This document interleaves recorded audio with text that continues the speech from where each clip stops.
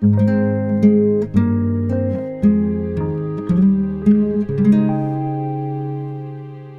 langar að byrja á því að fá að kynna fyrir ykkur fyrirtækin sem eru í samstarfi við Sorgarkastið, en það er Kvan og Mjöll. Mjöll er skartgripafyrirtæki sem er með íslenska hönnun og gullsmiðirnir smíða á staðnum í versluninni Ármúla 42 alla skartgripi sem eru seldir þar. Núna nýlega hafa þau líka tekið inn vörur frá fatamerkinu Magnea sem er einnig íslensk hönnun og passar einstaklega vel við skartgripina. Og ég mæli með að þið kíkið í verslunina eða á mjöll.is og skoðið úrvalið sem þau eru með. Annar styrktaraðili Sorgarkastsins er Kvan, en Kvan er fyrirtæki sem býður upp á alls konar þjónustu fyrir fólk sem vill styrkja sig á einn eða annan hátt. Þau eru með námskeið, einstaklingsþjálfun, fyrirlestra og alls konar aðrar sérlausnir fyrir fólk sem vill ná betri árangri og styrkja sig á ýmsum sviðum. Þessi styrktaraðilar hafa gert mig kleift að halda áfram með þetta hlaðvarp og leyfa ykkur hlustendum að vera með mér í þessu ferli. Takk kærlega fyrir að hlusta og ég vona að þið njótið þáttarins. Velkomin Indíana í Sorgarkastið. Takk fyrir. Mér langar að leyfa hlustendum smá að bara heyra hver þú ert, ef þú getur sagt það. Já, ég er sem sagt Indíana. Ég er vinkonuna Lilju.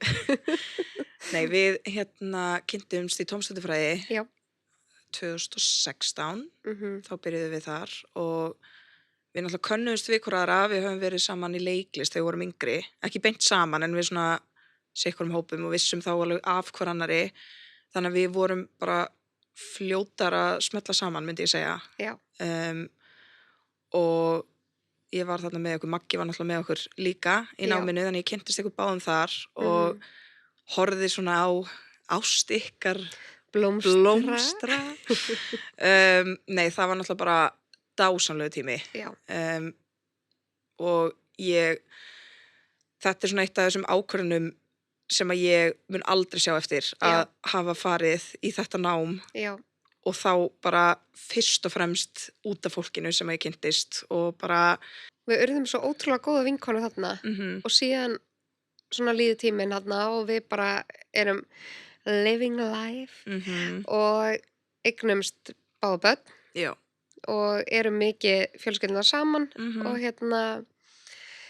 og síðan kemur þetta áfall hjá okkur og við missum Gunnar og Indíana sem bara svona góð vinkona okkar beggja, mín og Magga, verður þarna svona aðstandandi í sorg og okkur langaði svona svolítið að tala um það í dag, hvernig það er að vera til staðar fyrir einhvern sem missir.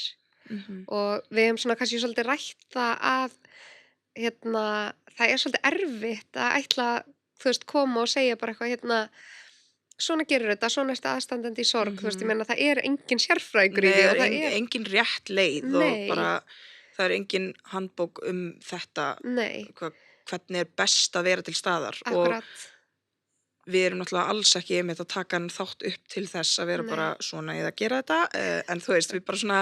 Svo segir bara þetta og þá líður öllum betur, af því að það er ekki neitt þannig. Nei, en svo held ég samt að það séu mjög margir sem tengja við það að vita samt ekki hvernig þau eiga að vera til staðar og vera mjög tvístígandi með það bara hvað á ég að segja, hvað á ég að gera, hvað ég ekki að segja. Já, vilja þau að ég sé hjá þeim eða á ég ekki að vera hjá þeim, þú veist, maður er svona... Nefnilega.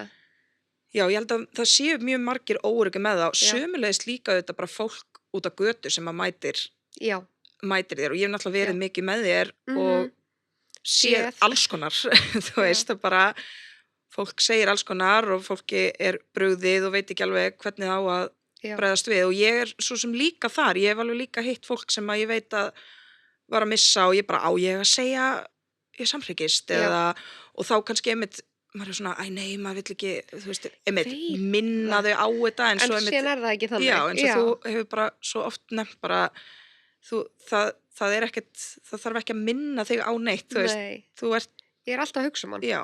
Bara aftur, bara svo við segjum það bara svona smá í byrjun að þú veist, það er ekki nein rétt ein leið, eitthvað sem er bara réttust þú segir bara í samhryggist við alla og allir taka því eins, auðvitað er það ekki þannig en fyrir mitt leyti og svona þú veist, það fólk sem ég hef talað við og hlusta á og svona þá finnst mér eins og allir segja það bara, ég vill tala manneskjuna sem ég misti, en það þarf bara að lesa í aðstæðunar, stundum skynja maður það bara strax að fólk ekki tilbúið, þá bara verður maður að taka því, þú veist, maður bara kannski segir, þú veist, eitthvað svona, þú veist, það var svo, ég með þessa minningu af þessum sem þú mistir og segir eitthvað svona manneskjuna, en það síðan alltaf bara viðbröðin, þú veist, manneskjan bara, einmitt, þú veist, hér eða hún bara, já, þú veist, og þú finnur það alveg. Já, þú þarft alveg að lesa í bara hvernig manneskjan bregst við, af því að líka fólk svo ólíkt og það ekkert það sama gildir ekkert alla, hvernig þau vilja og bara besta dæmið náttúrulega bara þið og Maggi, að þið voruð mjög ólík með þetta og þú varst svona opnari fyrir því bara að tala tilfinningarnar eða tala Gunna og bara, eða svona bara hefur alltaf bara verið aðeins svona, þú veist, maður fann það bara meira að þú varst tilbúin að tala á meðan maður fann bara mjög oft hjá Magga og það var oft sem að ég sagði eitthvað við hann eða var að spurja hann út í eitthvað bara, hvernig þetta búið að vera og ég bara svona fann það, hann ekki tilbúin að tala þetta og þá þurfti maður bara, þú veist, hann bara þar og það allt í góðu. En þú veist, hvernig leiðir eftir það ef þú varst búin að segja eitthvað og þú fannst að hann tók ekki út og þú veist, þetta svo viðkvæmt allt og maður svona, guð minn góður var ég að láta honum líða verr, þú veist, hvernig var það, sú tilfinning? Það var mjög óþægilegt. Já, akkurat. En síðan held ég að fólk upplifi það oft sem bara verst í heimi, þú veist, en málið að það svo margir að segja alls konar við mann þegar maður missir, að þetta blandast bara í eitt, þú veist, jú, auðvitað, eru komment sem að svona setja smá eftir í manni en ég segja alltaf samt bara segðu frekar eitthvað og stundum myndi ekki segja 100% rétta hlutin heldur hún að bara láta eins og ekkert hafi gerst. Mér fannst það sárast. Mér fannst verst þegar fólk var bara, en síðan eru alveg 100% fólk að núti sem bara ekki sammála mér, sko. Nefnilega, sko. Það svo erfitt, þú veist, og Maggi vildi stundum bara að fólk talaði bara við hann eins og að ekkert hafi gerst það því að hann var bara, þú veist, vildi líka bara stundum bara svolítið gleyma, þú veist, þannig að Akkurat, og maður fann það bara, þú veist, þegar ég veit ekki, ég kannski bara leyfði þá frekar honum að opna á það, ég lærði það bara svona frekar fljótt að ég kannski var ekkert að ég veit ekki, spurja hann að fyrirbragði eða þú veist, ég samt svona maður kannski bara svona knúsaði og bara svona, hvernig hefur það, eða þú veist, en ég var kannski ekkert að fara þá í einhverja djúpar spurningar, þetta verði bara að leyfa honum að gera það og ef hann vildi opna sig, sem var bara mjög ofta því að, þú veist, nú ég vinkun eitthvað beggja og og við náttúrulega kannski töluðum náttúrulega bara miklu meira saman sorgina og svona en hann var alveg stundum til í að gera það sko líka en þá þurfti bara að koma frá honum hann vildi fljótt fara eitthvað út, þú veist, og vinir hans voru að fara með honum, hann náttúrulega mest fór hann í Bauhaus á þessum tíma, það var eitthvað og það var bara vinirnir skiptust á að gera það, fara með honum í Bauhaus eða hvað það var, í eitthvað svona stús, þú veist, hann var mikið að stúsast og var náttúrulega að byggja skúr í garðinum og svona þannig að það var svona hans leið og bara vinirnir voru þannig til staðar fyrir hann, þú veist, meira í þessu á meðan þú vildir ekki fara út úr húsi bara guð minn góður, þú veist, fyrstu dagana þegar hann ákvað að fara í Kringluna ég var bara, hvað er það að gera? Akkurat en hann bara þurfti að það væri eitthvað svona venjulegt að gerast og meðan að mér fannst það bara hljóma bara, þú veist, allt svona eitthvað að fara í Bauhaus og eitthvað marga klukkutíma stúsast en ég hef sko oft heyrt þetta þú veist, ég hef oft heyrt að margir kallmenn tengja við það að þeir fara að gera eitthvað þurfa, þú veist, þetta svona stúsast í einhverju lag eitthvað eða, þú veist, og þetta náttúrulega mjög núna svona kynja hlutverka skipt það sem ég að segja, en kannski margir sem tengja við það, þau þurfa bara að finna sér eitthvað verkefni og klára og vera stúsast. Já, ekki það, þú varst svo sem alveg líka þar. Já, bara svona á annan hátt. Já, þú veist, þú tókst garðin alveg í gegn og bara, eða sem var náttúrulega bara svona sameigilegt verkefni ykkar og allra, þetta varð svona bara flestir aðstandendur komu að einhverjum, þú veist, einhvern hátt að þessum garði og við vorum bara eittum miklum tíma þar í að hvort það var að gróðursetja eða, þú veist, ég var náttúrulega kasólykt á þessum tíma þannig að ég gat ekki gert það en ég var, þú veist, ég var að fara í einhverja fjöru og finna einhverja steina til að koma með því við vorum að mála, þú veist, við vorum svona með páskapenna og, þú veist, við vorum þá að setja það í garðinn og bara svona, þetta er svo ótrúlega skrítið af því að eins erfur tími þetta var og eins, þú veist, bara svona, það var grátt yfir þessu svona, það var samt, einhvern veginn, hvað ég segja, svona samstæðan eða svona samfélagið í kringum ykkur, það er svo fallegt að hugsa til þess núna, einhvern veginn, hvernig bara allir komu og voru bara til staðar og fyrir hvert annað, það er náttúrulega... Það er svo mikil ást í og kærleikur í því að vera til staðar fyrir fólk. Akkurat. Að það kemur bara eitthvað svona, þú veist, og ég hef sagt það við Magga, hérna, ekki langt sem ég sagði við hann bara eitthvað, ok, þú veist, þetta mun hljóma mjög undarlega, en ég sakna þessa tíma og það er ótrúlega skrítið að segja að því þetta voru verstu tímar sem ég hef upplifað. Já. En það var svo mikið samstæði mitt og mikið samfélag og bara svona mikil ást og einhvern veginn maður svo mikið með fólki og svo mikið að gera eitthvað svona eitthvað svona dunda sér saman og allir einhvern veginn hjálpast að. Já. Maður bara, vá, akkur er ekki lífið svona? Akkur er maður ekki alltaf öll saman? Svo virkar lífið ekki þannig, en það er ótrúlega fallegt hvað fólk hérna stígur upp á svona tímum og ég held þetta með, þú veist, hvað ég að gera, hvernig á ég verið til staðar, bara vera og hérna og bara spyrja, þú veist. Já. Mig langar rosalega mikið að koma með mat í kvöld, er það í lagi, þú veist, og ekki, ég hef talað um það áður, ekki endilega eitthvað svona, viljið eitthvað að borða? Það er svo margir sem segir bara nei. Já, akkurat. Ég held þú þurfir svolítið að spyrja, og spyrja bara svona, ég er búin að hérna, elda þetta, má ég koma með það? Já eða nei, skilur, og þá fara bara já eða nei. Hérna, í staðan fyrir, bara, mér fannst svo ótrúlega erfitt þegar fólk var að spyrja eitthvað svona rosa mikið, eitthvað svona, hvenær er best að ég komi? Ég veit ekki neitt. Nei, akkurat. Ég get ekki svara neinu. En svo er líka samt, ég veit ekki hvað ég vil borða. Svo er þetta líka samt svo erfitt, að því maður veit heldur ekki hvað fólk vill og hversu mikið, maður getur alveg verið tvístígandi með það bara vill fólk að við séum bara heima hjá þeim og bara inn á, eða þú veist, inn á þeirra persónulega svæði, maður, eins og ég segi, þú veist, kannski hérna í byrjun þá náttúrulega bara þið náttúrulega bara nánast, þið gátuð ekkert beðið neitt eiginlega, þú veist, þið voruð, maður þurfti bara þar, skilur við, en ég svona er að hugsa eins og ári eftir hann lést, á dánadaginn, ég man eftir því, þú veist, þá auðvitað, ári seinna þá erum við ekki jafn mikið, þú veist, eins og þarna í byrjun bara hjá okkur hverjum einasta degi, þarna var þetta bara orðið, þú veist, orðið aðeins meira svona hversdagsleiki hjá ykkur, en ég man að ég var mikið að spyrja þig og ég veit að fólk var að spyrja þig og þú varst, það var mjög yfirþyrmandi fyrir þér, hvað allir voru að spyrja, hvað viljið, þú veist, viljið gera eitthvað, hvernig viljið hafa daginn og hvernig, eða skilur þau, ég get alveg líka ímyndað með það að það sé alveg erfitt líka að biðja þó að þú hefur verið mjög dugleg að biðja hjálp, þú veist, þetta er svo flókið. Það er svo erfitt að vera til staðar í svona aðstæðum, af því að, þú veist, mann langar að gera allt og ég held að, þú veist, langflesti tengja við það þegar þau ætla að vera til staðar fyrir einhvern sem var að missa, þú veist, hver sem það er, bara einhvern náinn í lífinu sínu, mann langar bara, þú veist, á ég að koma með mat, á ég að, þú veist, koma með blóm, á ég að, þú veist, koma og segja bara, ég skal hérna, bara standa í eldur svona ykkar og elda fyrir ykkur, þú veist, ég langar að gera alls konar, en síðan bara, hvað er viðeigandi?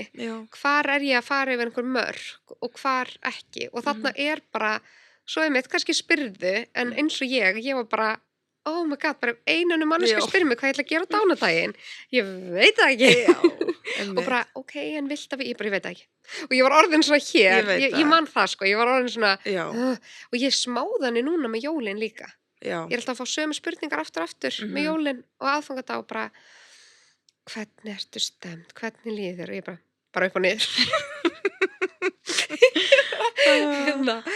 og ég skil það svo vel og fólk er að vera svo næs, og þetta er svo flókið að því að þið langar að vera til staðar, það er ekkert rétt og ég held að bara, þú verður bara alltaf að reyna að prófa. Ég held að það sé eiginlega bestu skilaboðin, bara hérna, bara að þú sýnir að þér sé ekki sama. númer 1, 2 og 3 og það mun koma, því við erum mennsk þá mun koma eitthvað sem bara ok, já, þú veist það eru ógeðslega margir að spyrja sömu spurninga en það alltaf lagi þú veist, það bara partur af þessu að maður verði síðan bara eitthvað já, oh my god, það allir að spyrja mig að því sama síðan það bara með margt í lífinu þú veist, bara yfir höfuð þegar eitthvað kemur fyrir eða upp á eitthvað þá veist, það mun alltaf eitthvað fara í taugarnar á manni og það bara alltaf lagi það bara partur af því að syrgja líka þú veist, ég var með ótrúlega mikla reiði inn í mér fyrstu mánuðina, fyrsta árið sem að bara ég vissi ekki hvert ég átt að beina og ég veit að hún fór ekki alltaf á rétta staði þú veist, ég og Maggi náttúrulega kannski sýndum það mest við hvort annað en og við bara vorum í sambandsráðgjöf og það hjálpaði ótrúlega mikið að bara vita það var mikil reiði inn í okkur við vissum ekki hvert hún átt að fara og bara, þú veist, hvað gera við alla þessa reiði einhvern veginn en síðan sagði einhver eitthvað eða einhver gerði eitthvað eða þú veist og ég gat bara verið obsessed af því bara í ótrúlega langan tíma ég bara, já, og bara sagði þetta ég bara skil ekki okkur hún að segja þetta og eitthvað og síðan gleymi ég bara Já, en svo ert þú líka þannig gerð að þú heldur ekki grötsi og þú hefur aldrei gert það og þú veist, það alveg ég dáist alveg að þér fyrir það að því einmitt, auðvitað sagði fólk alls konar og eitthvað sem að bara var óviðandi eða þú veist en þú varst samt svo tilbúin að vera bara skilurðu, bara sleppa eða svona sleppa tökunum á því kannski, á einhverjum tímpúti mér finnst það bara mikilvægt auðvitað erfitt að segja það við fólk bara í sorginu myndu verða reiður til fólk þú myndu verða bitur og fólk gerir ekki alltaf réttu hlutina og segir réttu hlutina en það aftur sem ótrúlega ósanngjarnt þannig svona innan gæsalappa það partur af því að syrgja að þú þarft að fara í gegnum þær tilfinningar líka og segja, þú veist, mér finnst þetta ótrúlega erfitt og bara processa það, þú veist, af hverju finnst mér það erfitt þegar fólk segir þetta, ok, tala það líka þín ábyrgð að fara í gegnum þessa reiði og pirring og biturleika og ákveða, þú veist, ok, ég það reið út af þessu að ég þarf að segja eitthvað í manneskjuna eða ekki, en það halda allir þessi reiði inn í sér bara slæmt fyrir þig en auðvitað miklu erfiðara að gera þetta allt heldur en að bara segja það, sko. Það hljómar og sleimur. Já, eða þú veist, og mér finnst þetta alveg fara eftir svona aðilum, eða þú veist, það er svona bara dáist ég svo mikið að þér með það og þetta hefur alveg kennt mér alls konar, skilurðu, ég náttúrulega kannski aðeins meira svona upp og niður heldur en þú, eða svona, í skapinu. Skaphundur. Ég skaphundur, alveg svoleiðis. Nei, við hefum ákveðið að kalla indíána bara passionate. Já, ég er passionate. Það er svona betra orð. En þú veist, ég þá kannski fórum mitt í að kannski sagði einhver eitthvað við þig sem að var óviðandi og þú veist, að ég var bara þessi manneska grínast, þú veist, ég bara fattur þau bara Brjálir. Já, en þú varst miklu meira bara, þú veist, þetta líka bara partur af þessu og ég hef heyrt alls konar og þú veist ekki að halda því eitthvað gegn þessari mannesku þó að hún sagði eitthvað út af ég hugsaði alltaf fólk svo mikið að reyna að segja réttu hlutina og bara kunni ekki ég veit það og það bara svo erfitt að segja réttu hlutina og ég veit að núna einhver að hugsa bara ok, hvað var það sem var sagt við hana sem ekki rétt, skilur en það svo erfitt að segja því að það er mismunandi eftir fólki Já, akkurat en svo fólk líka að það bara vandræðalegt í þessum aðstæðum og það á einhvern hátt að reyna að spegla eitthvað, þú veist, þetta verður bara klaufalegt. Það kannski að reyna að segja frá einhverju svona, þú veist, að reyna að segja, þú veist, ég finn til með þér. Já. En ég að segja það kannski á einhvern hátt sem er svona, og ég man sko að ég hlusta einhvern veginn á podcast þar sem voru 2 vinir að tala saman og þá var hann að segja, þú veist, þegar ég sagði þér að ég hafi mist mömmu, að þá fórst að segja mér frá því hvernig það var þegar þú misti mömmu þína og það var ekki það sem ég þurfti þá. Já. En það svo eðlileg viðbrögð að maður fyrir að segja bara já, ég mani líka eftir því þegar ég misti mömmu og var hann að segja bara þú byrjaði bara að tala það þegar þú varst að missa mömmu og ég var bara að segja að mamma mín dó Já. Og ég þurfti bara að hlusta þér. Þetta ótrúlega, þetta það sem snúið af því að mér persónulega finnst, þú veist, ég á ekki erfitt með þetta þegar fólk fyrir að segja frá sínu, ég get bara hlustað og ég náttúrulega bara með hlaðvarp það að hlusta á fólk og þeirra reynslu en ég held að þetta sé alltaf spurningum tímasetninguna Já. þú veist, út af því að þegar einhver segir þegar þeim mista einhvern að þá kannski þarf fólk bara að fá að eyra. Já. Og það segir oft, hvernig var það þegar þú mistir? Hvernig leiði með þetta? Oft þarf maður bara að bíða eftir því að fólk spyrji mann síðan. Já. Út af því að, og við, þú veist, ég hef talað það held ég áður að ég og Maggi, við fengum einhvern tímann ráða, þú veist, þegar einhver að segja þér frá einhverju sem þeim finnst erfitt, að segja, þú veist, viltu að ég hlusti eða viltu að ég segi, viltu að ég gefi þér ráð, en síðan, þú veist, svona in real life, það maður kannski ekki alltaf eitthvað, þú veist, þú ert að segja mér eitthvað erfitt og ég alltaf eitthvað, viltu að ég hlusti núna? Eða Indiana, viltu að ég gefi þér ráð? Eitthvað svona, það verður kannski smá svona eitthvað skrítið, sko. Þetta náttúrulega bara alltaf snýst svolítið bara að lesa í aðstæður og lesa í viðbrögð fólks, lesa í líkamstjáningu og æskiluru. Ég held að það sé bara svona ávið bara margt í þessu. Já. Að því auðvitað fer maður að ofhugsa og svo getur alls konar líka gerst, þú veist, að bara mér minnir hvort að því tengdamamma mín, hún misti barnið sitt og tengdapappi minn líka, en ég var að tala við tengdamamma mína þetta og hún sagði mér að hún hafi hitt eitthvað sem að fór bara hlæja, þú veist, stuttu eftir og þú veist, en það voru bara eitthvað viðbrögð sem komu frá... Já, ég man eftir svona mómenti líka þegar ég var úlingur. Maður hefur heyrt þetta, sko, að það getur verið svona taugakerfið, bregst við á einhvern hátt að þú mátt svo innilega ekki hlæja í þessum aðstæðum að þú ferð að hlæja. Já, akkurat. Þú veist, það bara svona, mátt ekki hlæja samt, það skrítið og þá bara svona gerir líkamann þetta eitthvað svona kvíða viðbragð, ég veit það ekki.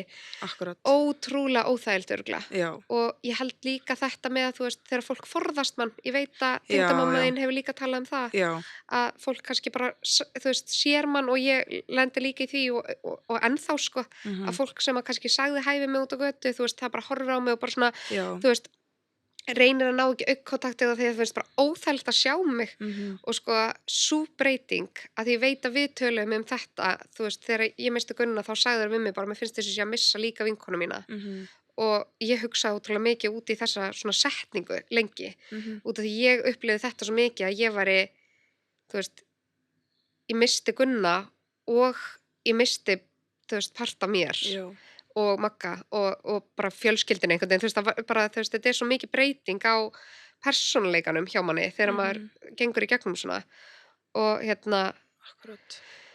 Já, bara hvað allir sjá mann sem öðruvísi mannesku og maður bara orðin, þú veist, mamman sem að misti og og ég hef svona alltaf verið frekar lífsglöð og og það var svona ótrúlega skrítið að sjá að ég var með einhvern veginn bara einhverja svona ákveðna orku þegar ég labbaði inn einhvers staðar, að þá var ég bara orðin svona, þú veist, fólk bara, þú veist, þetta svo erfitt. Ég man svo eftir einu mómenti þá þegar ég var yngri í bara grunnskóla, að það var strákur í bekknum sem að misti mömmu sína og hann var náttúrulega frá þá skóla í smá tíma og svo þegar hann mætti, ég bara man svo vel eftir þess að hann kemur og það einhvern veginn, þú veist, við hvort við séum bara svona 3 mætt og við svona segjum eiginlega ekki neitt, segjum bara hæ og svo bara svona fyrir fólk að koma og aldrei segja neitt við hann þangað til það ein stelpa sem kemur og knúsar hann og segir ég samhryggist og ég svona hún létt alveg smá á eitthvað, ég veit ekki bara svona, en þá hafa allir verið þarna bara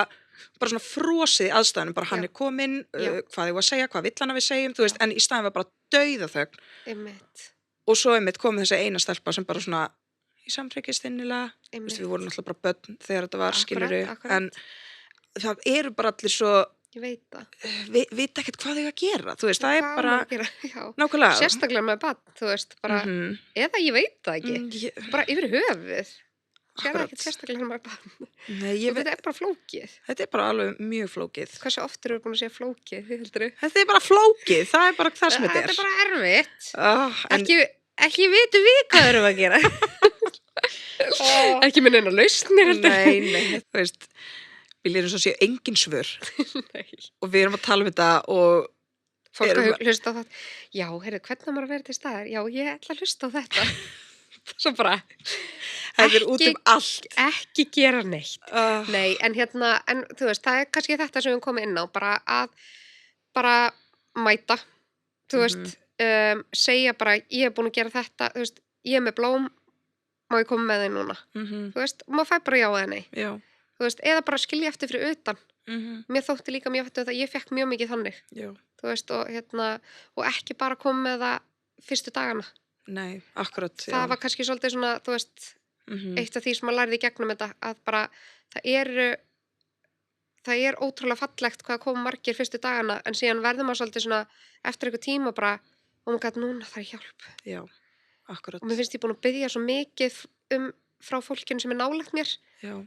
Að núna væri eiginlega, innsti hringurinn búin að gera svo mikið, núna væri þessi hringur, núna væri gott ef þau myndi koma. Já, en svo man ég samt líka eftir, þú veist, við erum í Insta og svo þessi ytri, að þau voru líka mjög mikið, sko, að svona hafa til dæmis samband við mig, einhverjir, og spurja, þú veist, hvað getum við gert og svona, ég hafði heldur ekkert svörin, eða skilur hverju meina, ég svona, þetta var svo kaotist allt saman, skiluru, og ég náttúrulega var þarna því að ég var að vinna með ykkur báðum á sikkorum vinnustöðunum. Akkurat.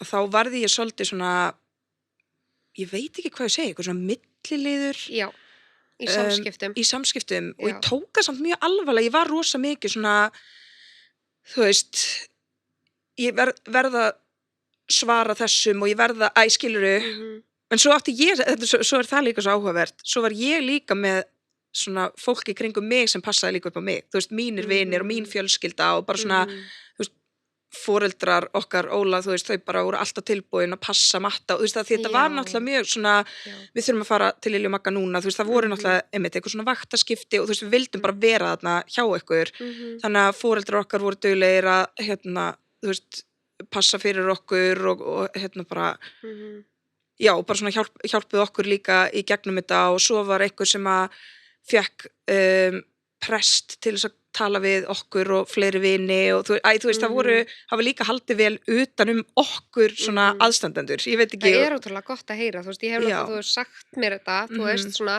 en við hefum kannski ekki rætt þetta á þennan hátt, þú veist, af því að það er rosalega gott að heyra. Þú veist, og ég veit að það var líka þannig fyrir fjölskylduna mína og svona, þú veist, það voru margir sem hugsuðu líka út í fólkið í kringum okkur, sem að er svo mikilvægt líka, þú veist, maður bara svona, já, bara aftur bara, þetta verður svo mikið samfélag, það verður svo, þú veist, málið, þetta bara, og það er svo ótrúlega hvað maður kynntist, eða þú veist, maður þekkti þetta alveg, ég þekkti vinkonuðinnar og svona, og fjölskylduna einhverju leiti, eða skilur ég hafði hitt fjölskyldumeðlimi og svona, en það er náttúrulega bara, við urðum einmitt að þessu samfélagi í kringum ykkur, bara allur stuðningurinn og svo voru við að styðja hvert annað líka. Þú veist, ég líka bara man eftir að, bara svo ég taki dæmi systur hans Magga, hún var bara, ég held ég ekki hitt hana áður, hún alltaf býr fyrir norðan og svona, en hún var bara hringja í mig og spyrja hvernig mér, skilur þú veist, það varð líka svona að maður fór að tengjast og bara, og foreldrar ykkar skiluru bara, þú veist, í dag þegar maður hittir þau, þú veist, þetta er alltaf bara, það er svo innilegt knús og skilur það er líka eitthvað svo mikil svona ást og umhyggja 100% á milli þessa fólks, að því þú veist, við gengum í gegnum þetta og líka þú veist, að því það er rosalega skrítið að vera aðstandandi, við erum að missa þarna, við erum að missa Gunna, en svo erum við líka að horfa upp á ykkur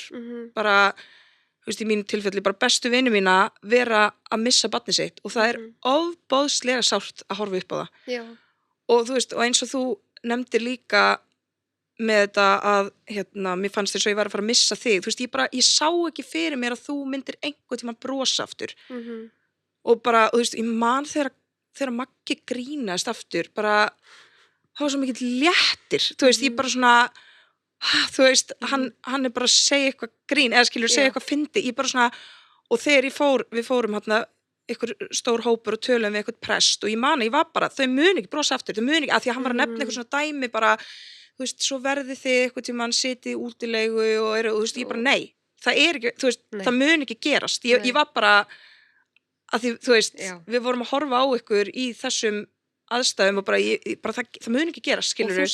Og ég svaraði þér náttúrulega þannig, þú veist, þegar þú sagðir þetta, bara, þú veist, ég var bara, já, þú ert að missa mig, þú veist, ég er farin. ég verð aldrei eins og þú veist, já, ég verð aldrei eins en ég verð aldrei hamingjusum aftur, þú veist, ég var bara innilega alveg viss það ég myndi aldrei verða hamingjusum og við höfum líka rætt það, þú veist, verður maður eins þú veist, hamingjusamur og þú veist ég held ekki alveg þú veist, ég veit ekki núna þú veist, ennþá þannig séð stuttur tími, þú veist, þegar maður hugsa þetta svona, þú veist, sorgarferli eða þannig skilurðu en já, að maður svona bara lífið breytt lífið svo ótrúlega breytt og manni þykir, þú veist, meira vænt suma hluti og maður lærir alls konar, þú veist ok, ég kann að meta þetta og hitta annan hátt og svona, þú veist, það ákveðin fegurð og hamingja í því en ég væri til að sleppa því öllu og veit ekki hvernig það að vera með hennar sársauka og vera með Gunna hjá mér þannig að það alltaf svona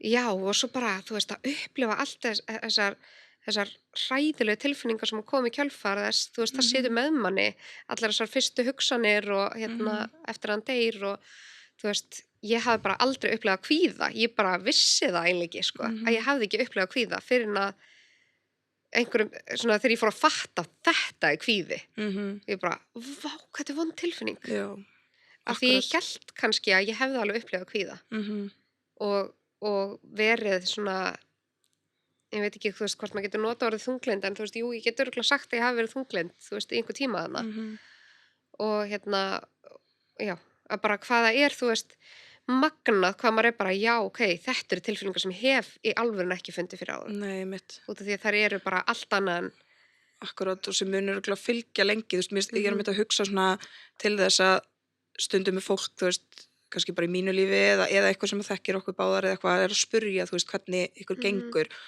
og kannski hefur það séð ykkur á samfélagsmiðlum eða, þú veist, bara og það oft bara eitthvað svona gleði myndbandi eða skilurðu, þú bara setur alls konar þarna út og ég held að svona fólk fá svona, þeim ekki, þú veist, þeim ekki að ganga betur, þú veist, það náttúrulega auðvitað bara það sem fólk vonar skilurðu og ég veit ekkert alltaf hvernig ég á svar þessu að því að ég bara svona, þú veist, jú, suma daga gengur betur en svo koma lægðir og þú veist, það ekki eins og sorgarferlið sé búið og þið munið alltaf syrgja Gunna og þetta mun alltaf vera erfitt en þetta breytist að sjálfsögðu og þetta ekki eins og þannig alveg fyrst þú veist þannig að ég veit ekki, þetta svona nefnilega út af því að jú, það gengur vel þú veist, við erum á góðum stað með að við aðstæður en þú veist, við eigum líka mikið af erfiðum stundum og erfiðum dögum þannig að þú veist, en ég held að bara, sko, ég var að tala um þetta við eina hinstelpu daginn af því að það bara svona fræg kona sem misti barnið sitt daginn í slysi heima hjá sér og hún var ekki á staðnum og pabbinn var sem sagt með barnið og svona og hún var að spyrja mig, þú veist, hvernig finnst þér að sjá umræðin í kringum það, hvernig fólk, þú veist, hvað fólk kommentar undir hjá hana því að fólk að segja alls konar og kenna foreldrunum og þú veist segja að þau myndi ekki hafa gert þetta svona og þau myndi ekki koma aftur á samfélagsmiðla og þau myndi ekki gera svona og ég meina fólk hefur sagt við mig, þú veist, ég gæti ekki lifa áfram ef að ég myndi missa barnið mitt og ég hef einhvern veginn alltaf bara, þú veist, hugsa bara nei, ég get það ekki heldur en ég bara að gera það af því að það ákvörðun sem ég tók en ég veit það ekki, þú veist svona geta það, þú veist, ég veit ekki, þetta svona skrítið orð, svona ég get ekki, ég myndi aldrei geta þetta, ég gæti ekki verið svona, bara þú veist það ekki. Þetta er náttúrulega bara mjög gott dæmi þessi komment sem ég var að tala áðan, sem að ég hef, þú veist, orðið reiði ver. Já. Og kannski að því þú talar þessa samfélagsmiðlastjörnu, ég hef alveg séð kommentin þar og bara svona, þú veist, mér finnst ógeðslega vont að sjá þessi komment, einmitt bara eitthvað svona, ég geti aldrei bara staðið upp eftir þetta svona, og það sem að þetta hljómar svona eins og bara já, ok, það er eins og þessi aðili sem segir þetta bara ég elska barnið mitt það mikið eins og við elskum það þá greinlega ekki og þú veist, þetta einmitt bara þú verður bara að gera það og þú veist, eins og í ykkar tilfelli þið áttu son fyrir eða þú, sem sagt já, við áttum annan son já, þið áttuð annan son og þið þurftuð bara fyrir hann þannig að það ekkert val eða þú veist nei, og ég hef ótrúlega lengi sagt sko þetta, ég bara já, þú veist, við þurftum fyrir Pálmar að halda áfram og síðan kom svona moment daginn þar sem ég sagði, þú veist, við þurftum að halda áfram fyrir Pálmar og fyrir okkur sjálf og ég bara, vá, þú veist ég hélt ekki að ég myndi segja þetta einhvern tímann en ég líka að halda áfram fyrir mig núna og mér langar að vera hamingjusöm og mér langar að eiga gott líf en mjög lengi þá var ég bara, mér langar að Pálmar eiga gott líf mér langar að Pálmar eiga góða mömmu þú veist, og síðan fór þetta að breytast og bara, já, mér langar að finna hamingjuna aftur, þú veist og það var ótrúlega stórt já, bara, ok, ég líka að lifa fyrir mig af því að þú veist, síðan fólki sömu aðstæðum og ég að missa barn og á ekki annað barn og maður hugsar, þú veist ég hef hugsað bara, vá, hvernig gerir það fólk þetta en það bara það sama, þú bara þarft einhvern veginn og þú bara finnur, þú veist, þú verður bara einhvern veginn að finna þína leið í því og bara, þú veist, það bara þú veist, það óhugsandi og það á að vera óhugsandi ég rosalega fegin að fólk getur ekki sett sig í þessi spor þú átti ekki að geta það, þú veist, þú átti ekki að geta ímyndaðir 100% hvernig það að missa barnið þitt af því að það bara það sárt og þú mynd aldrei, þú veist, það ekki hægt að ímynda sér það nei, akkurat og síðan bara manneskjan mögnuð og heilinu magnaður, þú veist, hann býr til alls konar leiðir til þess að halda áfram og ég hef alltaf verið bara það sem að hjálpa manni mest að fólki manns talar áfram einstaklingin. Þegar ég að gefa ráð og ef fólk bara hvað á maður að gera, þú veist, hvernig á ég verið til staðar, mér finnst að vera það að þú heldur manneskjunni á lífi með þeim sem að misti. Mér finnst það eiginlega að vera besta ráðið og ég veit að það eru einhverjir sem vilja alls ekki tala þá sem þau mistu og það bara þannig en ég held að langflestum þykir vænt það að þú hjálpar, að því manni finnst maður sem að sé einn með það ef ég þarf að passa að halda minningun á lofti rifjar upp minningar og segir, þú veist, og ég veit ekki hvað, ég bara elska þegar fólk segir og ég veit ekki hvað ég var búin að segja en Gunnar sagði þetta við mig, eitthvað sem ég kannski svona man ekki alveg eða veit ekki af eða eitthvað svona, ég elska það, mér líður svona eins og ég sé að fá meiri tíma með honum það einhvern veginn svona þegar að gefa mér eitthvað sem að bara einmitt og ég og Maggi hefum ekki skoðað myndirnar sem að leikskólinn gaf okkur af honum að því mér langar svo að eiga eitthvað eftir þú veist, ég hef svo oft verið bara eitthvað mér langar svo að, þú veist, eiga einhverja myndir eftir og mér langar ekki að það sé búið mér langar ekki að sé búin að sjá alla myndir og Pála vinkona mín hefur sendt mér mynd og þetta svona eitthvað sem að hún spurði hvort hún mætti gera, má ég senda þér mynd sem að ég á að Gunna á afmælisdaginn hans alltaf þannig að þú veist, ég hef ekki fengið myndirna frá henni heldur alltaf hann að senda mig bara svona hvert afmæli og mér finnst, það er ótrúlega fallegt þannig að manni finnst þessum að sé svona að fá einhverja mynd eins og að sé einhver minning að bætast við skilurðu, það er ótrúlega dýrmætt hvað það er fallegt það er ótrúlega sætt það er það, mér þykir ótrúlega vænt það sko. Ég er mjög þakklátt fyrir að hvað ég á mikið að myndum á honum og ég held að sko það sem að ástæðan okkur ég á svo marga myndir á honum hann fyrsta svona barnið sem fæðist, þú veist, svona í kringum mig, eða svona, ég veit það ekki, þú veist, þú ert fyrsta vinkonu mín sem að eignast barn og eða svona nána vinkonu mín og svo, þú veist, og ég á ekki eldri systkini sem eiga börn eða þú veist, þannig ég á engin svona frændsystkini sem að ég hitti eitthvað svona mjög reglulega og þess vegna á Gunnar alltaf svona sérstakann stað í hjartanum mínu út af því að, þú veist, þetta var svo spennandi líka fyrir mér, þú veist, þegar hann fættist þegar þið voruð ólétt, ég var náttúrulega með þér þegar þú tókst óléttu prófið og þú veist, þetta bara svona við vorum á Spáni saman þegar ég tók óléttu prófið ég FaceTimeaði Magga síðan þú veist, þú bara vissir á undan akkurat ástæða fyrir því okkur ég átti alveg svona smá erfitt með að komingað að ég vill ekki að þetta sé eitthvað svona þetta svo ótrúlega erfitt fyrir mig og hvernig þetta var fyrir mig og eða þú veist, svona, ég vil ekki að það að þetta komi svoleiðis út einhvern veginn. Og það gerir það ekki og mér finnst þetta svo mikilvæg umræða að því ég held að margir séu hræddir við að segja þetta virkaði vel Já. og þetta lærði ég að maður, þú veist, að sé kannski ekki málið að gera, þú veist, af því að ég held að einmitt, við erum kannski hræddum að tala um það og líka til þess að segja bara þetta, þú veist, það bara ekki neinn rétt uppskrift og bara maður þarf að geta einhvern veginn bara sagt, þú veist, þetta virkaði hjá mér, kannski á maður að prófa það. Já, akkurat. Og ég samt líka svo þakklátt fyrir að fæðingarorlofið mitt samt skilurðu, þannig ég gat verið svona til staðar að því ég veit að það var líka erfitt fyrir aðra, þú veist, af því að fólk náttúrulega verður bara að fara í vinnu og bara, þú veist, þannig að, og ég veit að það var alveg erfitt fyrir einhverja og fannst það þá ekki vera jafn mikið til staðar eða skilurðu, að því þið bara geta ekki verið alltaf, þú veist, en svo samt, þú veist, líka mist í þessu öllu þessu ferli, þú veist, þú ert náttúrulega það sem eitt af þínum styrklegum náttúrulega hvað þú ert góð vinkona og þú ert mjög duglega að rækta sambönd, þú veist, þú átt og það líka bara svona, allt þetta samfélag í kringum ykkur líka bara að því þú hefur verið svo duglega að rækta öll samböndin í kringum þig og þú ert alltaf með frumkvæði af því að bara hafa samband við eitthvað og þú veist, það eru svolítið þið og þið eru með svona mjög svona opið hús, þú veist, það alltaf einhver hjá ykkur æskiluru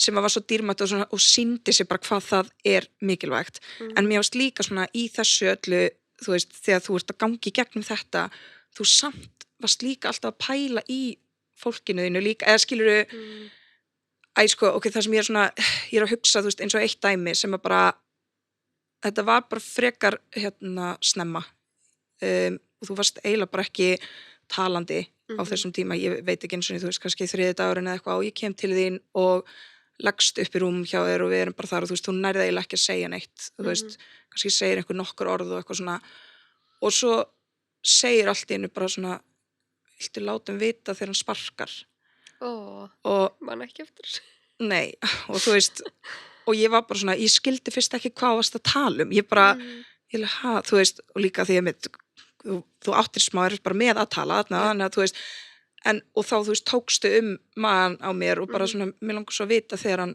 eða þú veist, mér langar að finna þegar hann sparkar og ég bara svona, þú veist, ég bara trúði ekki á þessu mómenti að þetta kom eitthvað upp í hausinn á þér, skilurðu, og bara að ég veit ekki, þetta bara svona segir eitthvað svo mikið þig, þú veist og svona umhyggjuna þína gagnvart fólkinu þínu og bara að ég veit það ekki þetta var bara eitthvað svona moment þar sem ég var bara ég veit ekki alveg einu sinni hvernig ég á að lýsa því en kannski líka, þú veist, jú að ég var bara, ok vinkona mín hérna samt alveg ennþá, eða skilurðu en og það bara, þú veist hver þú ert og þú ert búin að vera svo, þú veist, með allt þetta fólk sem að sjá ykkur og að til staðar og okkur svoleiðis, þú hefur samt líka alltaf verið svo dugleg að vera til staðar líka fyrir þau og okkur öll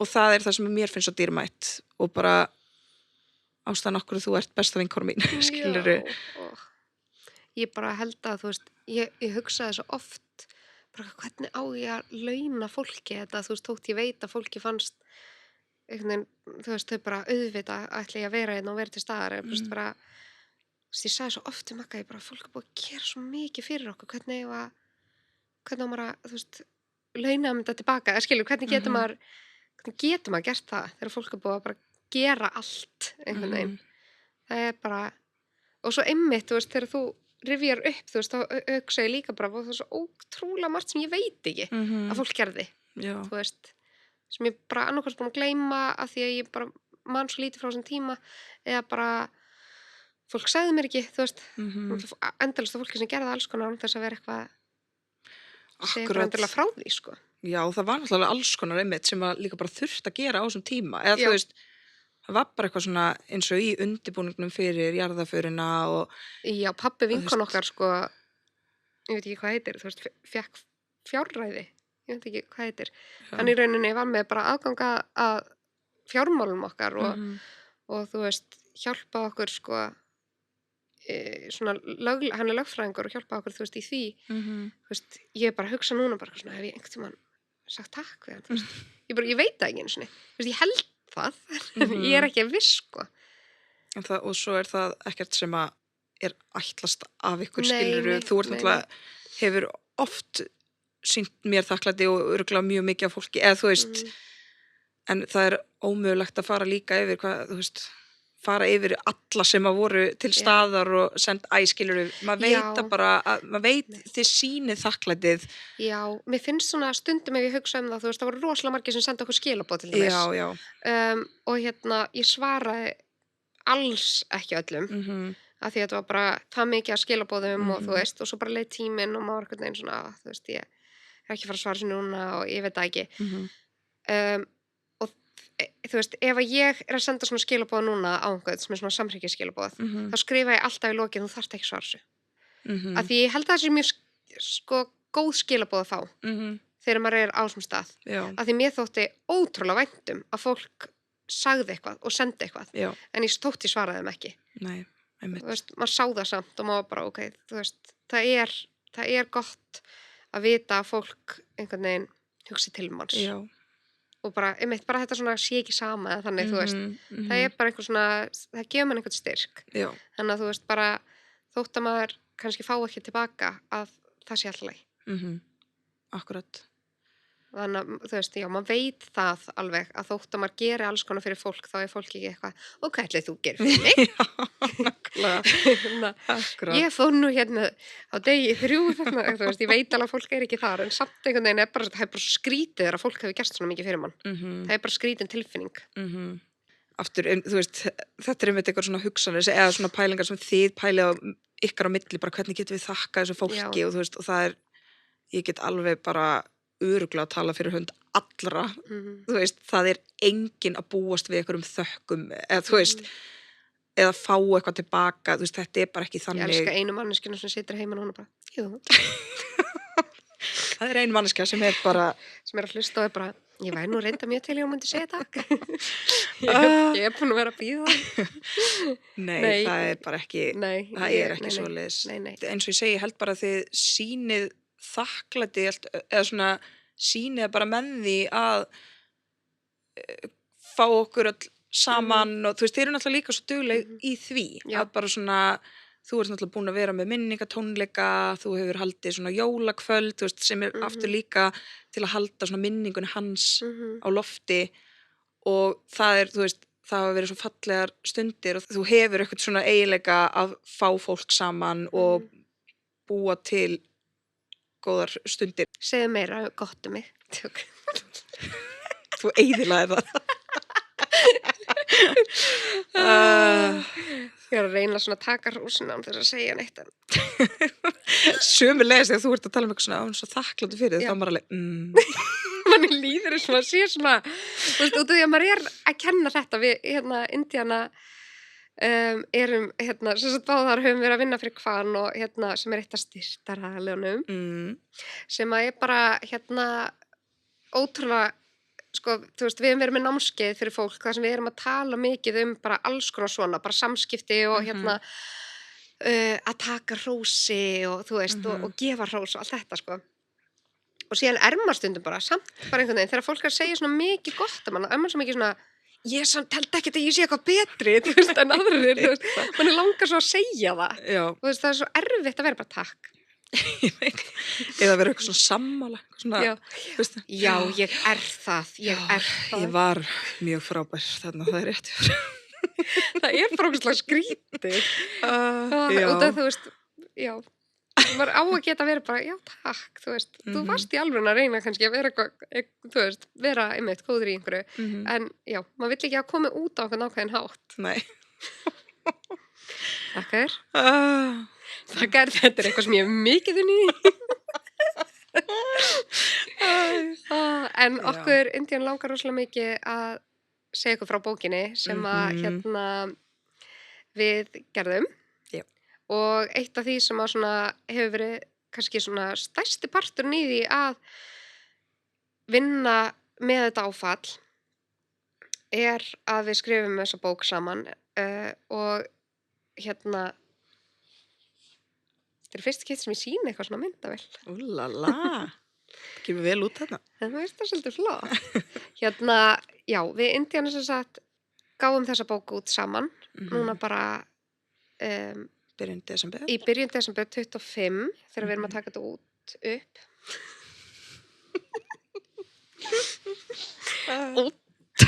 Það er taka þetta út fyrir. Ég er hann svo þreytt. Ég veit það. Það er líka klukkutíma eftir, við verðum að, eða þú veist þá að lokar. Já, við verðum ekki að fara að tala þessa bók í klukkutíma. Nei, ég veit það, en við þurfum að halda á spöðunum. Nei, sem það ekki. Halda á tempói. Halda tempói. Halda á spöðunum. Æ, ég veit það ekki mér. Aldrei það áður, en kannski, ég er hálfsænsk, kannski er orðatiltæki. Halda á spöðunum, það orðatiltæki? Ég veit ekki, ég var náttúrulega alltaf að segja að fólk væri, þú veist, skarpasti síminn í hleðslutæki, þú veist, ég var alltaf bara að segja eitthvað. Skarpasti? Já, ég held bara að þú veist, skarpasti hnífurinn í skúffunni, ég held maður geti sagt þetta bara allt, þú veist, bara, þú ert skarpasta tréð í skóginum, eða þú veist, ég veit ekkert orðatiltæki, það var alveg, það er ógeðslega fyndið. Já, þú ert skarpasta tréð í skóginum. Já, þú veist, ég bara held að þetta ætti við allt, bara eitthvað svona. Ég elska líka, hvað sagðir þau, skarpasta? Ok, það var hræðilegt. Skarpasti síminn í hleðslutæki. Síma þetta verið frammi, ég bara allavega, let's go. Ok. Ég og Indiana gáum þessa bók út í byrjun desember 25 þegar við erum að taka hann þáttu upp og þetta er búið að vera svo langt ferli en það er búið að vera svo skemmtilegt og lærdómsríkt að fara í gegnum þetta saman og erfitt. Já. Bara hver hefði haldið ekki við? Já, sko, þetta er svo mikið svona, sko, að fletti gegnum barnabók. Við höfum alveg verið bara, við getum þetta. Nei, bara hafa ekki allir hugsað þetta. Já, þú veist, ég er um þetta, þú veist. Er það ekki þannig? Jú, ég held ég var heyrt mömmu mín að segja þetta sem er ekki, þú veist, vön að skrifa neitt, nýja tekna neitt, þannig að þú veist, þetta er bara svona, já, ég get alveg gert þetta. Einhvern veginn. Maður bara eitthvað svona les barnabækur, maður er bara, hversu næs gigg, maður er bara eitthvað að skrifa bara einhver orð, eitthvað, hundurinn fór þangað og svo bara eitthvað mynd við og bara, svo bara hendur þessu út og fara ekki að mikið pening. Alls ekki. Nei, en svo þetta er ekki þannig. Þú veist, svo geta samt örugglega allir gert þetta, þú veist, það er bara, það geta allir skapað. Já. En einmitt, við kannski gerðum okkur bara ekki alveg grein fyrir vinnunni á bakvið það og þú veist, sérstaklega þegar maður vill gera það vel. Já. Að maður svona, er kannski ekki eitthvað endilega að hugsa það. Og við náttúrulega gerum allt betur. Ok, getum við gert þetta aftur? Þetta er hræðilegt. Nei. Jú, Lilja. Ok, gerum þetta aftur. En já, við allavega föttum svolítið þegar við bara fórum í gegnum þetta, við vorum bara, já, ok, það er bara alls konar bak við þetta. Og sko, man eftir svona einu mómenti sem ég svona held á bókinni og ég bara, heyrðu, Indiana, það er strikamerki á öllum bókum, sko. Já. Við erum ekkert búin að spá í því og þá voru bara svona 10 dagar bókstaflega. Já. Ég varum að gefa út bókina og út af því við og þetta er eitthvað sem að, þú veist, ég held að við hefum ekki sagt, en þegar maður er að bara skapa yfir höfuð, maður að, þú veist, bara taka hlaðvarp upp eða þegar maður er að, gefa út bók eða hvað það er. Fólk er svo mikið að fara að segja nei við þig í öllu ferlinu. Þú veist, það eru svo margir sem eru bara, nei, það er ekki, sorry, þú veist, við viljum ekki, selja bókinu ykkar. Og ég held að, þú veist, fólk heldur kannski að það sé meira, þú veist, eins og kannski okkar ferli, við erum að skrifa bók Gunna og ég meina, ég veit ekki, þú veist, ég var svolítið svona, já, við bara sendum á, þú veist, útgáfu fyrirtæki, hvað heitir þetta? Jú, útgáfu fyrirtæki, já. Útgáfur, já. Og við sendum á, þú veist, bókabúðir og það munum bara allir vera til í þetta og hvað, það er ekki þannig. Við erum að sækja alls konar styrki og fólk bara, nei, því miður og við bara, Já, við heldum alveg að við fengjum eitthvað styrki, það er náttúrulega bara alls ekki. Það var ekki þannig, sko. Og já, þannig að þetta er, þú veist, og bara eins og í öllu, þegar þú ert að byrja eitthvað og skapa eitthvað og búa eitthvað til og reyna, þú veist, þetta er hark og fólk er að fara að segja nei og það er bara mjög margir að gera alls konar og auðvitað fær maður nei frá alls konar stöðum. En svo fær maður líka já, þegar maður heldur áfram og hættir ekki og við ákvaðum bara eftir að hafa samband við útgáfufyrirtæki og bara við vorum bara svo ótrúlega bjartsýn og við bara já, ég minna, þú veist, við bara sendum á þau og þau, þú veist, munum vera bara já, auðvitað, við ætlum að hjálpa ykkur með þetta fengum nei og eitthvað. Ég elska samt hvað við höfðum mikla trú. Mjög, þú veist. Við vorum mjög jákvæðir í byrjun. Já, það er bara heldur mikilvægt. ég bara, Indíana, við gerum þetta bara sjálfar, við bara gefum þetta út sjálfar. Þú veist, ég veit ekki hvort ég að segja sjá eftir og ég sé ekkert eftir, við lærðum ótrúlega mikið og nú er ég svona, ok, við getum gert þetta aftur, nú vitum við. Já. Þannig að, en þetta var ótrúlega erfitt af því að það bara svona alls konar smáatriði sem að maður bara fattar ekki að maður þarf að spá í. Já. Og þegar maður er að fara í gegnum útgáfufyrirtæki eða útgáfu, að þá það náttúrulega, þau vita allt. Já, akkurat. Og þannig að við bara höfum sambandi prentsmiði og við fáum þau í lið með okkur litla prent og þau voru bara ótrúlega næs og bara geggja að geta alltaf leita til þeirra sko, en þau eru samt ekki útgáfufyrirtæki. Nei, akkurat. Ég veit ekki hvort þetta heitir. Jú, útgáfufyrirtæki. Er það ekki rétt? Jú, það er það. Segðu það. Ég er ekki skarpast í síminn í hlæðslutækinu.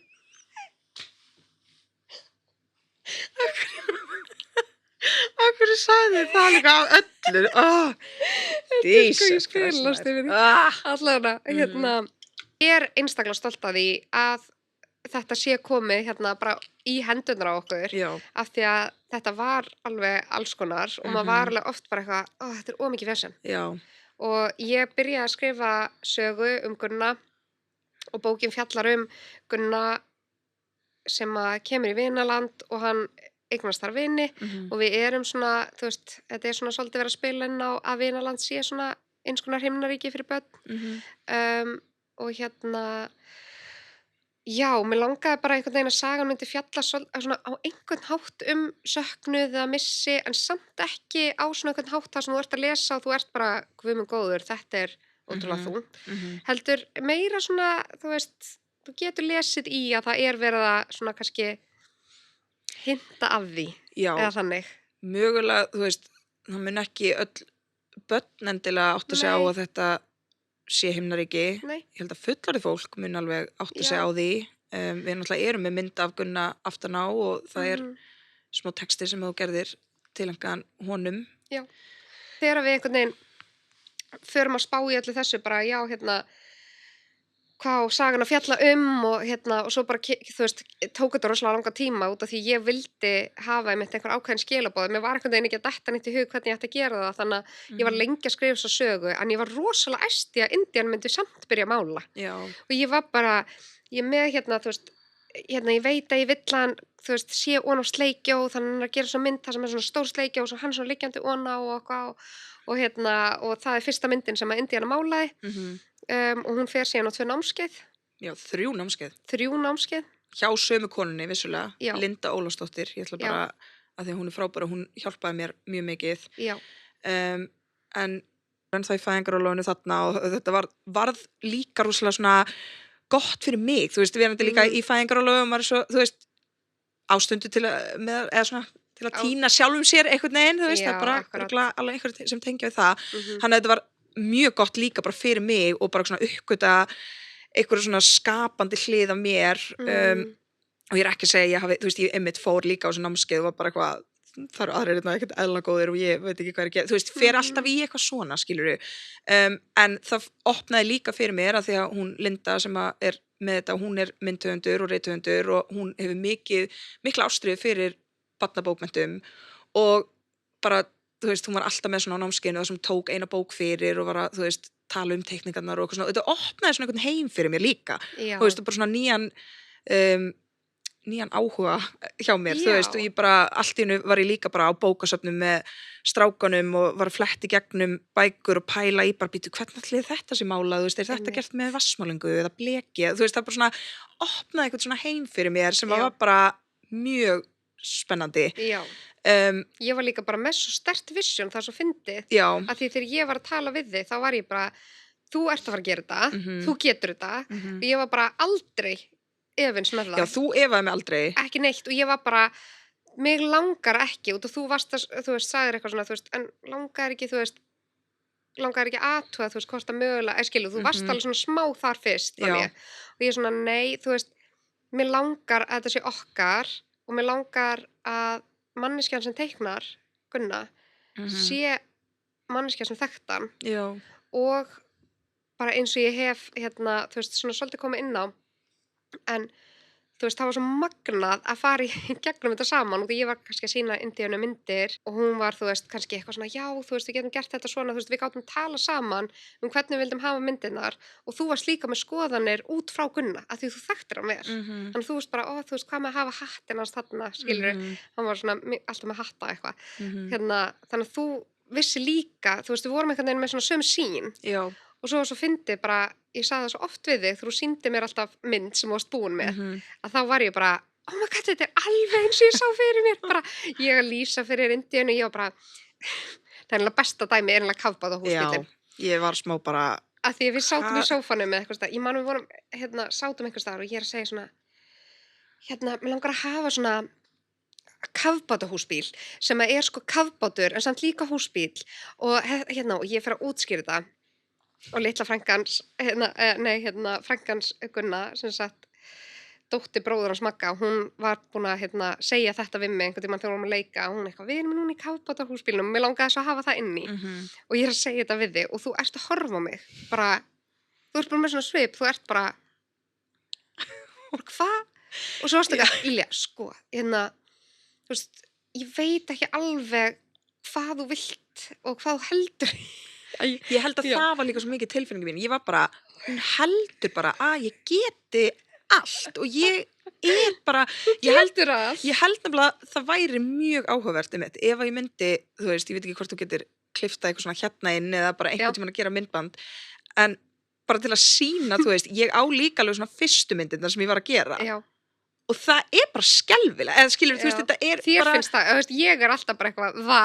Þú veist, ég held einmitt að þó samt við myndum setja þetta upp, ég held að fólk myndi alveg vera alveg svona, ok, vá, breyting, skilur þú veist, að þetta var bara eitthvað svona...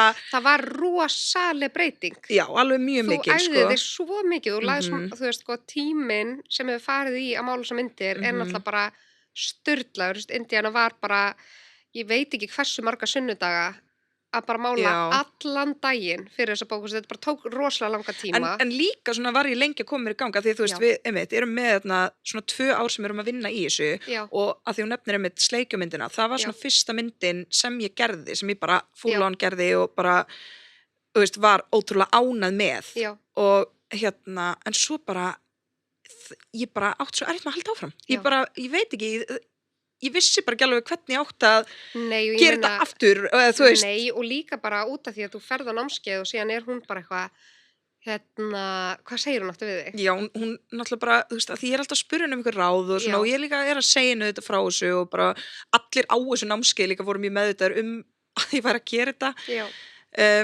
Þannig að það var líka, þú veist, svona stuðningur í þeim sem var ótrúlega sætt. Já.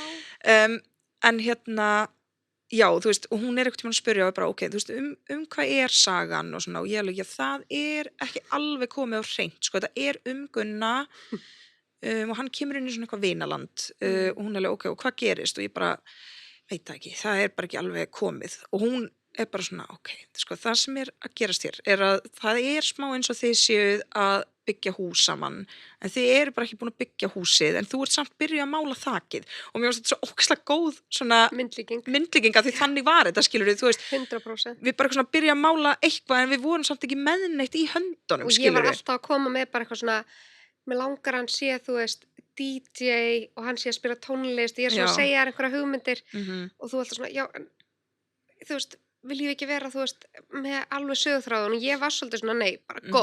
Þú veist, og því ég var svo lengi að koma sögunni saman og síðan tók langa tíma að gera myndirnar, þannig ég var orðin svona óþolinmóð, en samt var ég ekki búin. Og við höfum talað það núna, þú veist, við bara eitthvað, ok, næsta bók, og það verður næsta bók. Já. Þetta er svo gaman. Þetta er svo gaman. Næsta bók verður þannig að það verður handrit og síðan teiknarmyndir. Já, að því ég man alveg eftir, þú veist, því að mér fannst mjög mikil pressa þannig að þegar ég var á námskeiðinu, þannig að þetta var í janúar 2024. Já. Og þú varst með það vision og þú vildir gefa bókin út sko fyrst þar vorið. Þú veist, og bara, við erum að tala það var bara engin saga á þessum tímapunkti og ég var bara og þú veist svo ofta að tala sko við þurfum bara að fara upp í bústað, taka eina helgi í þetta, þú veist bara, og ég var bara, þetta virkar ekki þannig, þú veist, ég get ekki málað 36 myndir í einni bústað. Það var ekki hægt að bara rumpi svo af svona. Nei, nefnilega, og ég held að þú veist líka það sem hefur hjálpað okkur í þessu ferli að gefa þetta út er að við erum svona fullkomin blanda af því að vera, þú veist, bara go og síðan að vera bara hei, býtu. Já, þú ert go. Já. Ég er býtu. Já. Og það er svo góð blanda. Af því það þarf að vera einhver sem er bara gerum þetta, þú veist. Já. Og síðan þarf að vera einhver sem er á bremsunni af því að bókin myndi líta allt öðru svo út ef að ég hefði fengið mínu framgengt og þú hefur ekki verið á bremsunni.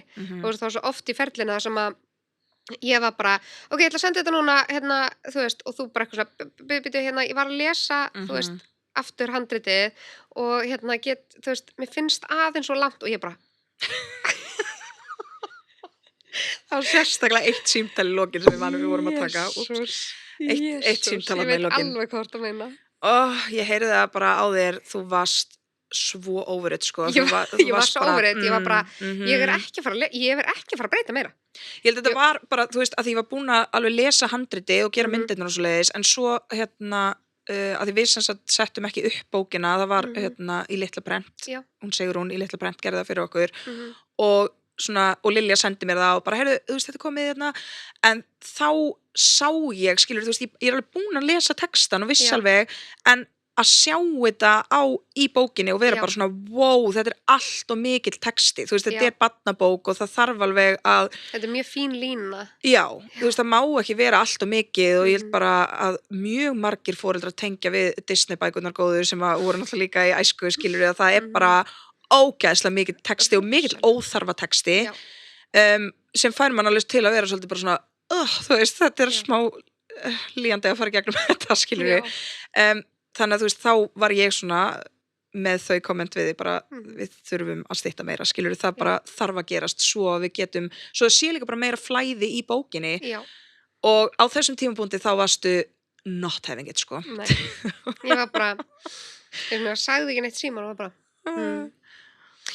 ég heyri eftir og ég bara þurfti bara að anda og ég var búin að vera þá að senda fram og tilbaka og vorum búin að breyta svo ótrúlega miklu og svo bara lesi ég þetta þarna smá yfir og ég bara, ok, þú veist það er jákvætt að við séum ekki að henda þessu út ég vill vera ána með þetta, það er rétt hjá henni þú veist, og ég hringi í Sigrúnu í Litla Prent bara deginu áður en við sendum þetta frá okkur að þá er ég bara með hann í síman og er bara að blási 8, taktu út þessu og þessa setningu, að blási 9, taktu út, þú veist, og ég var mjög stressuð svona þegar ég var búin að gera þetta og daginn eftir ég var bara, hvað var ég að gera í gær? Þess bara verður þetta í lagi en það var bara besta sem að gerðist, held ég. Já, klárlega. Þú veist, þetta var bara svona Því þú komst líka með þú varst búin að prenta út líka eitthvað svona prototype, það var held ég fyrir þetta það var fyrir þetta, já og ég man, þú veist, að því ég var búin að vera alveg líka gagnrýnin á, þú veist, eitthvað ég veldi að sé svona, þú veist og ég man eftir þú varst eitthvað svona, ég er svo stressuð að láta þið fá þetta og þú veist, alveg svona pressa, skiluru, hvernig er ég að fara að bregðast þessu, en ég man að ég bara svona fekk ekki tilfinninguna að ég sé ótrúlega ánægð með þetta. Nei. Þú veist, líka þú ert svona manneskja, þú gerir mikið viðbrögð. Já. Þannig að þú veist, mig langaði svo að rétta þér og þú myndir vera bara, oh my god! Já. Og svona þegar ég fekk það ekki, var ég bara, ég veit það, og ég vildi svo mikið gefa þér það, en ég bara, þetta var bara ekki alveg, þú veist, en það var samt líka eitthvað í bara hönnuninni, skiluru, sem að við bara löguðum, þú veist, bara letur og annað og eitthvað svona, þú veist, þannig að það var ekki bara með textan, en það var eitthvað svona það var bara alls konar smáatriði, þú veist, og auðvitað þarf að vera þetta, þú veist, að maður bremsi og stoppi og segi býtu, ég vill vera ánægð þegar þetta kemur út. Akkurat. Þannig að það er bara ótrúlega mikilvægt, þú veist, ég er ótrúlega þakklátur fyrir það, ég hef sagt það oft við bara eitthvað, oh my god, thank god og sagði þér þetta. Já, en ég var ekkert alltaf svona, ég var oft tvístíðandi líka með að segja eitthvað við þig, skilur við. Og þetta er viðkvæmt út, þetta er bókum hann. Þetta er algjörlega, þú veist, þetta er þín saga og þetta er mjög margt í bókinni er tengt við einhver, þú veist, einhverjar minningar, einhverjar stundir sem þið áttu saman, þú veist, setningar sem hann sagði og alls konar svona, þannig að þetta náttúrulega mjög persónulegt og bara svona, og það alveg erfitt að vera eitthvað svona, þetta óþarfi, þú veist, en svona, þú veist, ég man alveg stundum var ég svona, ég kom alveg einhvern tímann með eitthvað komment, bara svona mun hinn almenni lesandi alveg átta sig á þessu, skilurðu, en það var alveg flókið að þú veist, auðvitað, að gera það, en þú veist, þarna í lok, ég held, þú veist, við samt líka lærðum bara að vera hreinskilnar við hver aðra í þessu, eða þú veist, og ég bara þurfti að já, og líka bara, þú veist, að því að mér varst þú líka oft bara að spyrja mig, þú veist, þetta eitthvað sem að skipti máli, þetta eitthvað sem Gunnar gerði að sagði, þú veist, þegar þú varst kannski að segja, ég bara að hugsa skýjamynd, trémyndina, veistu hvað setningu að tala þar? Nöfnin, já aldeilis mann í það og þú varst líka þrjósk með það, ég var mjög þrjósk með það og ég veit ekki alveg af hverju. Nei. Þú veist, ég með einhverja svona nokkrar hugmyndir í haustum mínum svona eitthvað, ok, akkur langaði mér svona mikið að það væri þannig, en ég vildi sem sagt hafa 2 nöfn og setningin núna, Þór leiddi hópinn, eitthvað svona í skýjaskói, eitthvað svona. Já. Og Þór leiddi hópinn, en hún var Þór og Enea. Já. Og Indíana var bara, hver er Enea og af hverju þarf það nafn að vera þann inni, bara það ekki á myndinni, þú veist. Já, eða, þú veist, út af því að bókin þannig, þú veist, Gunni kemur inn og það eru 3 krakkar sem að taka mótunum og það eru bara, maður sér að það bara ein stelpa og hún kynnt sem Maja og svo eru 2 strákar og svo, þú veist, fara þau með hann þarna í skýjaskó og það var bara svona, býtu, hver er Enea? Það engin, skiluru, ok, við getum gefið okkur annar strákur en heitir Þór. Þú veist, gefum bók út Eneu einhvern tímann. Enea verður í næstu bók. Ég aldrei svona heyrt þetta nafn. Nei, þetta mjög óalgengt nafn og það finnst það svo flott. Þetta mjög flott, en bara þetta alveg var svo, ég skildi ekkert, ég bara, hver er Enea? Ég búin að spyrja Magga ef eignum stelpu hvort þú getum skýrt Eneu og hann búin að segja nei, þannig ég ætla að hafa ekki barnabókinu minni. Ok, þú sagði það ekki þá. Ég sagði það ekki, út af því það bara fáralega ástæða. Ég geti bara berjast fyrir því með þessari ástæðu. Það ógeðslega fyndið. Ég var líka bara svona, þú veist, samt í alvörunni Lilja, hver það bara einhver í þessu tré og ég hvað meina, og ég bara, skiptir þetta svona ótrúlega miklu máli að þetta komi fram, bara út í að hún var bara, Indíana var að segja bara, getum við ekki haft bara Þór leiddi hópinn, ég bara, mér langar að hafa Þór og Enea leiddi hópinn. Þú veist, og þetta svona lítil dítil sem bara lítið, þú veist, og örugglega einhver að hlusta bara af hverju má ekki bara vera Þór og Enea, skilur. En málið að þú veist, síðan þegar maður svo mikið að grandskoða þegar maður að gefa þetta út sjálfur og bara einmitt, hver þá Enea, þú veist. Þarna kemur samt líka inn á hvað þetta var kaotist ferli og upp á, þú veist, að þarna hefði verið gott ef sagan hefði verið tilbúin, af því þá hefði ég kannski bara teiknað Eneu og Þór. Damn, það rétt. En ég teiknaði bara einhverja krakka því það var ekkert ákveðið, það voru ekkert komin inn upp. You just wait and see, sko, næsta handrið, það verður bara Enea Fór hingað og bara, hún bara nafnum minn koma 3 þar frá. Þetta allt og gott, sko. Það var alls konar svona, en þú veist, einmitt, ég svo mikið svona. Mjög glöðsamt að við fengum tilfinninguna. Já. Þegar við fengum hana loksins í hendurnar, þegar við fengum hana tilbúin í hendurnar þá fengum við þessi tilfinningu bara, þetta rétt. Já, bara, og það það sem ég vildi, þú veist, mér langar út, ég gleymdi að sýna á þann, kafbátarhúsbílinn. Já. Þetta náttúrulega ótrúlega fyndið að ég var bara kafbátarhúsbíll og þú bara kafbátarhúsbíll og bara hvað, þú veist, hvað vision ertu með hérna og síðan bara eins og allt að þá bara þú veist, lýst ég bara, þetta bara svona, þú veist, og svo eru þau í sjónum, ég man eftir að lýsta þessari mynd, þau eru svona í sjónum og síðan eru svona alls konar svona dýr í kringum, ég elska þetta að vappa. Já, en þarna var ég samt líka bara að svona vannmeta mig líka, eða svona allt í einu var ég eitthvað, ok, það dýr, ég þarf líka að teikna dýr, ég hef ekki gert það, þú veist, ég svona, akkurat, ég vissi heldur ekkert hvað ég gat og þú veist, og mér finnst ég alveg líka hafa komið mér á óvart í þessu ferli, en þú veist, það alveg ég sá þessa myndi, ég bara, þetta nákvæmlega það sem ég var að sjá fyrir mér ég bara, það svona eitthvað skrýmsli eitthvað, en svo náttúrulega líka skiluru, það að því að við erum bara búin að vera að gera þetta í langan tíma og og mér finnst ég hafa einmitt lært margt og bara náða bara eins og það sem gerist, bara æfingin skapa meistarann, krakka mínir, þú veist, þá náttúrulega að sjálfsögðu ég bara, þú veist, komst ég meira upp á lag með þetta og varð svona örugari í þessu, en við erum samtalið með teikningarna sem ég gerði bara alveg í upphafi og mikið af þessum teikningum ég alveg svona, þú veist, hefði ég átt að gera þær aftur og örugglega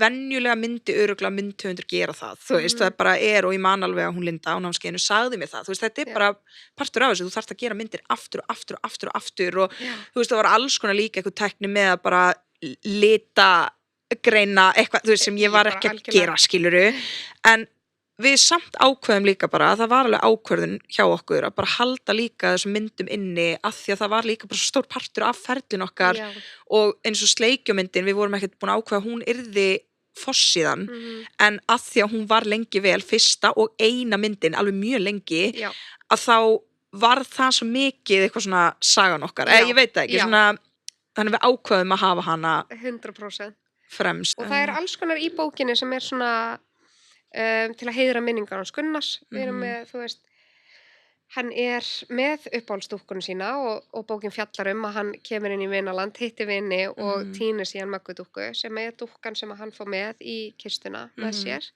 og það var rosalega erfið ákvörðun fyrir okkur Magga af því að við vildum hafa hana hjá okkur þetta bara svona þetta var ótrúlega erfið ákvörðun, þetta var hann var bara alltaf með þessu dúkku þannig að það var einhvern veginn svona og ég reyndi sko, ég leitaði bara marga vikur af annari svona dúkku, hún var alveg eins og fann það ekki og bara, þú veist, hún var keypt í Hagkaup og bara ekki til þar lengur og ég leitaði bara, þú veist, hjá Byrgjanum og allt sko, bara ekki til sem var bara ótrúlega erfitt og við erum með, þú veist, Sleikjóa sem að bara var uppáhaldið hans, hann bara var dýrkaði sleikjó og bara alltaf biðjum sleikjó og síðan erum við með hattakot af því að hann vildi alltaf vera með hatt og hann fannst það bara rosa flott að vera bara svona fínn í tauginu sko. Já, akkurat. Bara þótti það mjög mikilvægt og átti svona hatt sem að hann einmitt líka, hann var sem sagt í smekkbuxum þegar við jörðuðum hann og með hattinn sinn og með Möggudúkku og það, þú veist, þetta var allt eitthvað svo mjög erfitt að, þú veist, þetta var rétt ákvörðun að hann væri í þessum fötum og með hattinn sinn og með Möggudúkku en það var erfitt að láta það frá sér. Já, akkurat. Og ég frestaði því rosalega lengi. Þú veist, Hjalti prestur, hann bara, ég þarf síðan að fá fötin og ég þarf að fá hattinn og og ég bara vildi ekki láta hann fá þetta. Já, ég var bara alltaf bara á morgun. Og en eins og með hattinn líka þú veist, að því að það hann hattakot og þau fara þangað og fá leggja sig þar en þá mitt hatturinn sem að hann liggur í það hatturinn, já og fötin sem hann í eru föt sem hann átti með svona smá auka dítelum alls konar lítil dítel sem svona af því að hann elskaði þetta eða af því að hann var svo mikið svona og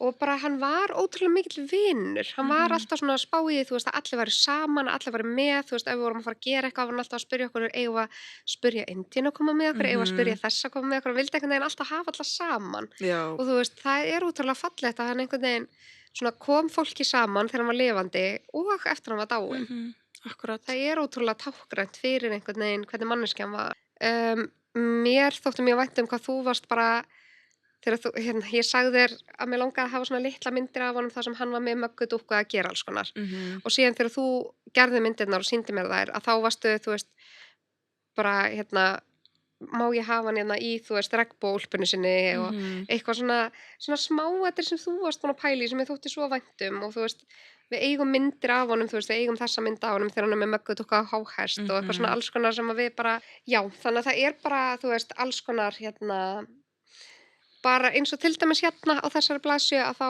erum við með stórt ég get þetta og það líka setning sem hann sagði mikið hann við vorum svona alltaf að grínast með það hann væri svona einmitt svona kvanbarn að því að að því að við erum svona kennum í kvan á námskeiðunum þá erum við oft að segja þú veist í vinnun okkar indíunni bara já þú veist maður bara getur þetta og bara halda áfram og prófa og reyna og eitthvað svona og hann var alltaf að segja þetta þannig að hann þorði ekki einhver út því hann var með rosalega lítið hjarta og var mjög smeykur alltaf við allt og svo þú veist stóð hann bara þú veist bara leikum við bara einmitt orðin 3,5 og bara stóð í svona pín lítilli rennubraut og var bara, ég get þetta bara stóð bara svona peppa sig upp og sömulegis með líka góð hugmynd akkurat og það líka alveg ástæða fyrir því með, þú veist, ég teiknaði bara góð hugmynd já en það er svolítið svona einkennandi setning. Það er einkennandi setning fyrir hann sagði það mjög mikið, þú veist, var alltaf að svona reyna að lokka manni að gera eitthvað með sér og þú veist, í staðan fyrir að spyrja bara eigum að fara að gera þetta, þá sagði hann alltaf eigum að gera þetta, góð hugmynd, áður maður svaraði svo maður svona þurft að fara að gera það. Akkurat. Það bara, er það ekki góð hugmynd? Og maður alltaf bara, jú, þú veist, það er útrúlega erfitt að segja nei þegar einhver er búin að segja góð hugmynd. Já. Maður er ekki að fara að segja þetta sé slæm hugmynd, þetta er bara mjög góð hugmynd. Og bara svona, já, það er góð hugmynd, en við getum ekki fengið okkur ís aftur í dag. En við notum þetta mjög mikið og við byggum til hálsmenn með fyrirtækinu Mjöll sem er annar styrktaraðili Sorgarkastsins sem að stendur á góð hugmynd og það er bara, þetta er svona setning sem hefur bara fyllt okkur núna svo sterkt. Já, mér finnst þú svona bara, þú hefur líka bara tilengað þetta algjörlega og þú veist, allt sem þú ert að gera og einmitt Sorgarkastið, allt, þú veist, að bara tilengaði svolítið þetta bara góð hugmynd, kýlum á þetta, skilurðu. Já, bara þú færð hugmynd, gerðu hana, þú veist, reyndu. Bókin er til í Eymundsson, hún er inn á bifluganmin.is, það er líka hægt að kaupa hana þar. Já. Hún er í Mjöll? Hún er í Mjöll og hún er í bókabónu Bókakaffi. Hún er á mörgum stöðum, endilega næli ykkur eintak til að styrkja minningasjóðin hans Gunnars, til þess að loka sig, þá langar mig kannski bara, þú veist, ef þú getur sagt mig kannski svona eitthvað eitt bjargráð í sorg sem að þú hefur tilengað þér. Ég held að sé bara styrkurinn í fólkinu í kringum mann, sko. Þú veist, það er bara það sem þetta hefur sýnt mér einhvern veginn. Og þú veist, þetta bara hefur svona breytt líka þá einhverju viðhorfi hjá mér. Að bara, minnst líka bara svona, þú veist, þetta er kannski ekki, þetta er ekki bjargráð í sorginni, en kannski meira svona hvað þetta hefur svona kennt mér. Hvað litlu hlutirnir skipta máli, þú veist, og við erum mikið talað um það.